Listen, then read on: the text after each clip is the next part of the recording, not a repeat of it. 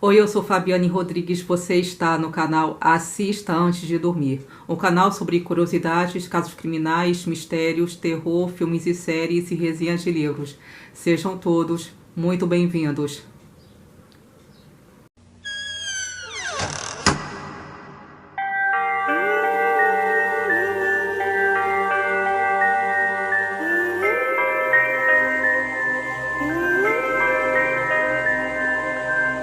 Hoje eu vou falar sobre um programa de televisão que foi da minha época, que talvez tenha marcado a infância de quem viveu o fim dos anos 90 e início dos anos 2000, que eu particularmente achava uma porcaria.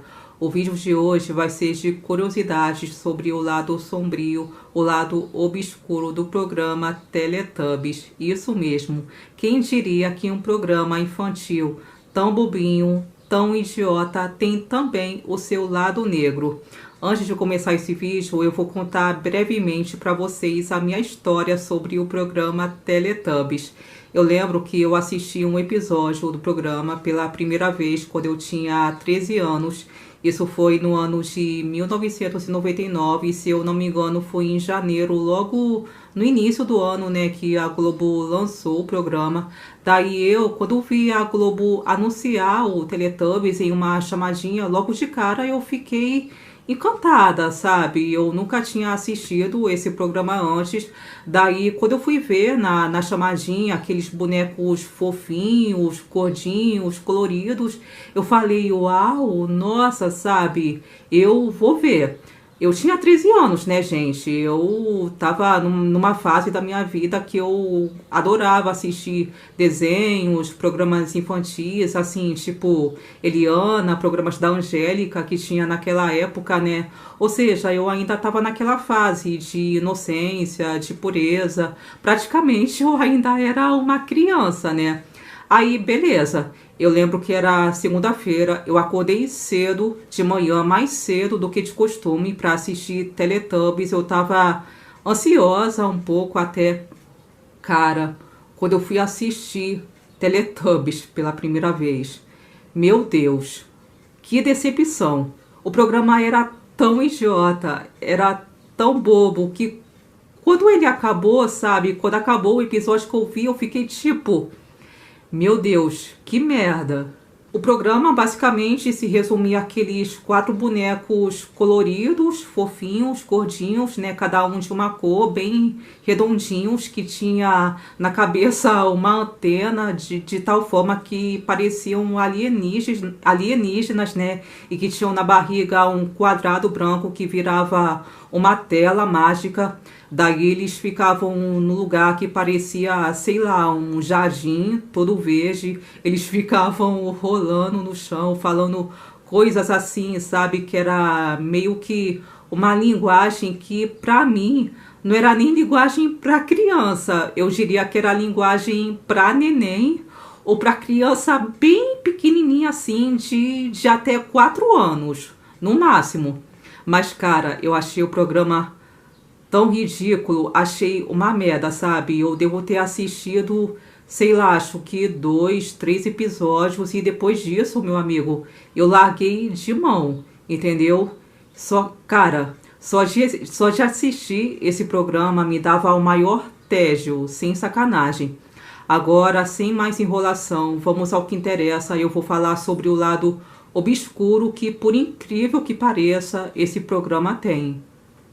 Antes que eu comece a falar, eu preciso deixar bem claro que tudo que será falado nesse vídeo não passa de uma creepypasta, ou seja, uma lenda urbana antiga difundida pela internet, fóruns, e-mails, redes sociais.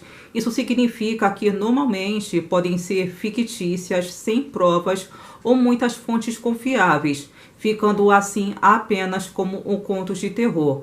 Mas pensando pelo lado que coisas bizarras acontecem todos os dias, é natural que venha o pensamento em que a gente para questionar se o caso é ou não real. Então vamos lá, essa história sinistra começa com uma parada meio Teletubbies e universo do meio, enfim... Quem assistia aos episódios bobos dos Teletubbies, como eu assisti, não queria imaginar que existe a possibilidade de conter neles uma verdade perturbadora. O programa, produzido pela BBC em parceria com a Ragdoll, tinha um propósito nobre de divertir o público infantil. No entanto, Teletubbies nunca deixou de ter um aspecto esquisito, sinistro e bizarro. Na trama, seres parecidos com grandes ratazanas gordas com antenas na cabeça se comportavam de forma idiota o tempo todo em um lugar que parecia uma colina verdejante. Todas as ideias bizarras assistidas nos 365 episódios saíram da cabeça de um único homem, Andrew Davenport.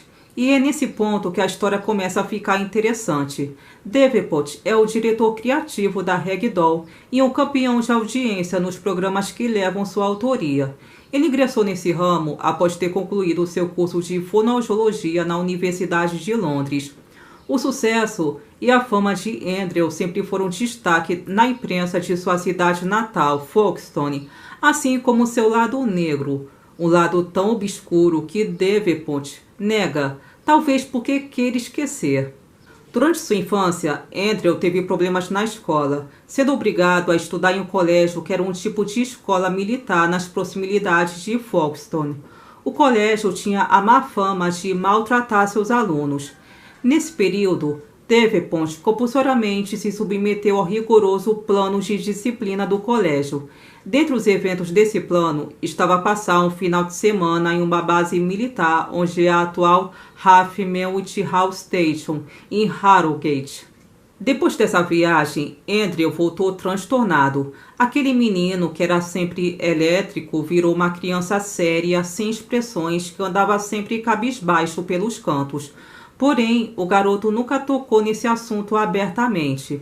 Ele chegou a frequentar o psiquiatra para se livrar desse trauma, mas não obteve sucesso no tratamento. Com o tempo, os impactos do acontecimento na viagem diminuíram até se anularem nas profundezas da alma de Andrew, e ficou lá, escondido, até o dia em que Davenport decidiu colocar uma ideia genial no papel, que era o programa do Teletubbies. Já adulto, Andrew apresentava para os executivos da BBC um projeto para esse programa infantil. Tudo muito bom, tudo muito simples, ou pelo menos era o que parecia ser. Até que um certo dia, Andrew foi em uma festa com toda a equipe do programa, só que ele exagerou um pouquinho na bebida e terminou um discurso em um estado deplorável. No meio da choradeira, Andrew começou a confessar aos presentes sobre uma experiência que ele teve logo no início de sua adolescência, que foi um tal Operação Maider. Segundo suas palavras, durante a viagem feita com o colégio militar quando ele tinha 13 anos de idade, Andrew e seus colegas terminaram submetidos a um experimento de uma operação chamada pelos militares de Maider. Todos foram postos em uma cúpula que parecia ser feita de um plástico líquido e permaneceram ali, enquanto uma luz fortíssima tomava toda a esfera. Andrew revela que desmaiou, acordando em um lugar totalmente bizarro. Nesse lugar, nada parecia fazer muito sentido, as leis da física não eram respeitadas, e as criaturas que habitavam o local não tinham nada a ver com qualquer animal que habitava o nosso planeta.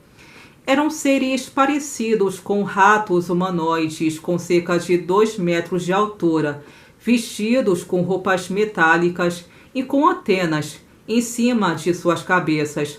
Na região do abdômen desses seres, havia um display que demonstravam tudo aquilo que eles pensavam e até mesmo o que Andrew pensava. Todos se comportavam de uma maneira boba, emitindo algo parecido com risadas o tempo todo, pareciam crianças.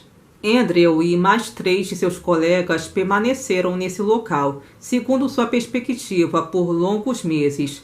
Eles se comunicavam com essas criaturas por pensamento, e elas materializavam tudo aquilo que eles desejavam, quase sempre com um sorriso no rosto. Certo dia, no meio desse ambiente comum, Andrew e seus colegas encontraram um pilar, uma pedra em forma cilíndrica que emitia uma luz intensa. Curioso, um dos colegas de Andrew acabou tocando nesse cilindro e desapareceu. Os outros ficaram temerosos e saíram dali correndo. Andrew, o pobre rapaz, voltou ao seu local. Um globo com janelas tortas que flutuava, que era onde as criaturas viviam.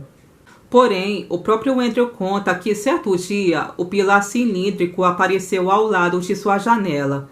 Andrew temia tocá-lo, mas uma das criaturas transmitiu para ele um sentimento positivo, fazendo com que Andrew criasse coragem. Então, ele tocou e acordou dentro da esfera da base militar no momento exato em que aparentemente ele teria desaparecido. Andrew disse à sua equipe que aquilo tinha sido real demais para ser só uma ilusão.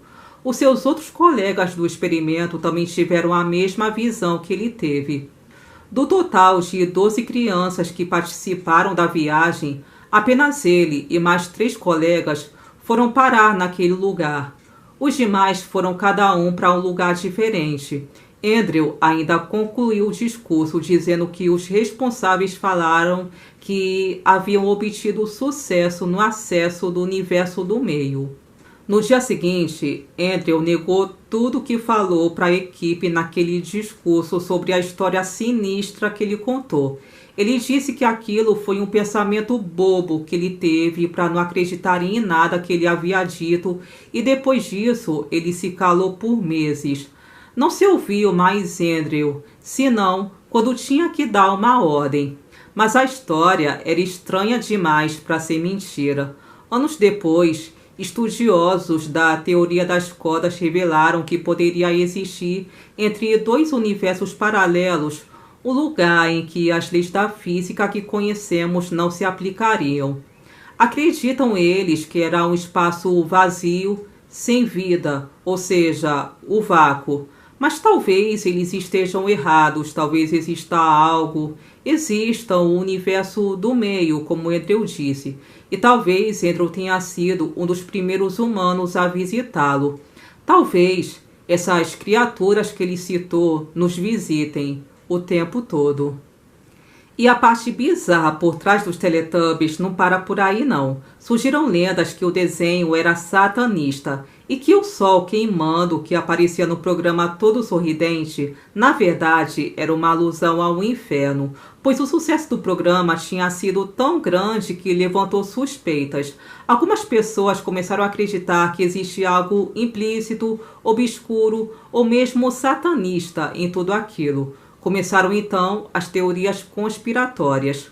As pessoas começaram a vislumbrar cada detalhe da série infantil como um símbolo demoníaco. O sol, por exemplo, que aparecia queimando sem parar, todo sorridente, era uma alusão ao inferno. Já as antenas dos personagens Teletubbies eram vistas como um símbolo de uma seita perversa. Na Teletubilândia, os personagens coloridos se relacionavam com a natureza, brincavam com as flores e com os adoráveis coelhinhos.